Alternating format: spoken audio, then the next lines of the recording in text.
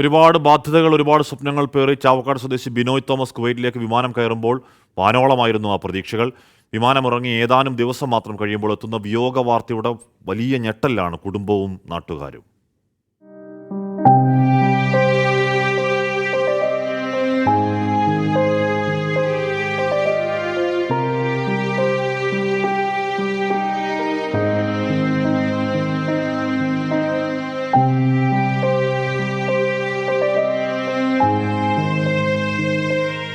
6 വർഷത്തോളം വാടക വീട്ടിലായിരുന്നു താമസം. 2.5 സെന്റ് ഭൂമി വാങ്ങി 2 ലക്ഷം രൂപ വായ്പയെടുത്ത് ഷെഡ് കെട്ടി. പണി പൂർത്തിയാക്കാനായില്ലെങ്കിലും 2 മാസം മുൻപ് ആ കൊച്ചു കൂരയിലേക്ക് താമസം മാറേണ്ടി വന്നു. 2 മാസമായിട്ടുള്ളൂ താമസം തുടങ്ങിയിട്ട്. ഒരു ടെമ്പററി വീടെന്നേ പറയാൻ പറ്റുള്ളൂ.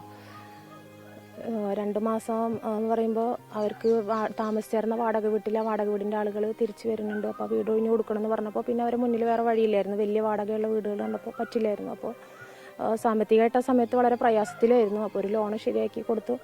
അങ്ങനെയാണ് ഇങ്ങോട്ടേക്ക് താമസം മാറുന്നത്. പക്ഷേ അത് തന്നെ പൂർത്തീകരിക്കാൻ വേണ്ടി കഴിഞ്ഞിട്ടില്ല. അപ്പോൾ ബിനോയിൻ്റെ ഏറ്റവും വലിയ സ്വപ്നം എന്ന് പറയുന്നത് ഒരു വീടായിരുന്നു.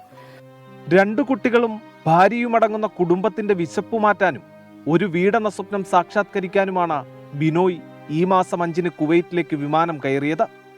നന്നായി ജീവിച്ചു പോകണമെന്നുള്ള നല്ല താല്പര്യമാണ് അവൻ. പോരാ, ഇതുകൊണ്ട് നമുക്ക് തയ്യില്ല ഈ ശമ്പളം കൊണ്ട് ഇപ്പോൾ പോണ ജോലി. അപ്പം ഇങ്ങനൊരു അവസരമുണ്ട്. അവസരത്തിനായിട്ട് കൂട്ടുകാരോട് പറഞ്ഞപ്പോൾ അവർ ശരിയാക്കി കൊടുത്ത് അങ്ങനെ പോയതാണ് ആള്.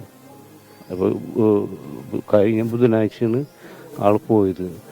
അപകടം നടന്ന രാത്രി 2:30 വരെ ബിനോയുമായി ഫോണിൽ സംസാരിക്കാനായെന്ന് ഭാര്യ പറയുന്നു. പിന്നീട് ഒരു വിവരവും ഉണ്ടായില്ല. അപകടം നടന്ന കെട്ടിടത്തിലാണ് ബിനോയ് താമസിച്ചിരുന്നെന്ന് സംശയമുണ്ടായിരുന്നെങ്കിലും പ്രതീക്ഷയോടെ കാത്തിരുന്നു. പക്ഷേ വിഫലമായി. ഒറ്റമുറി വീട്ടിൽ നിന്നുയരുന്ന കരച്ചിലിൽ ഒരു നാടാകെ നോവുകയാണ്.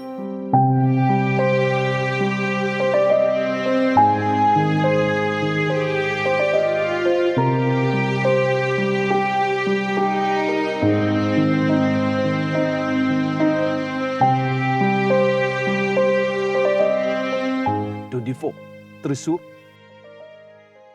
4 കസേരയിലെടുത്ത് വെച്ചിരിക്കുന്ന ശവപ്പെട്ടി നാടിൻ്റെയും വീടിൻ്റെയും ഒക്കെ തീരാനോവും ഒരിക്കലും മറക്കാത്ത ഒരു കറുത്ത സങ്കട ഓർമ്മയൊക്കെയായി നിൽക്കുകയാണ് ആ കാഴ്ച. അങ്ങനെയാണ് ഓരോ ഈ പറയുന്ന 24 പേരുടെയും ജീവിതത്തിൽ ഇത്തരത്തിലുള്ള സ്വപ്നങ്ങൾ തീർന്ന അല്ലെങ്കിൽ പ്രതീക്ഷകൾ അസ്തമിച്ച കഥകൾ തന്നെയാണ്, അസ്തമിച്ച കാര്യങ്ങൾ തന്നെയാണ് അവർക്ക്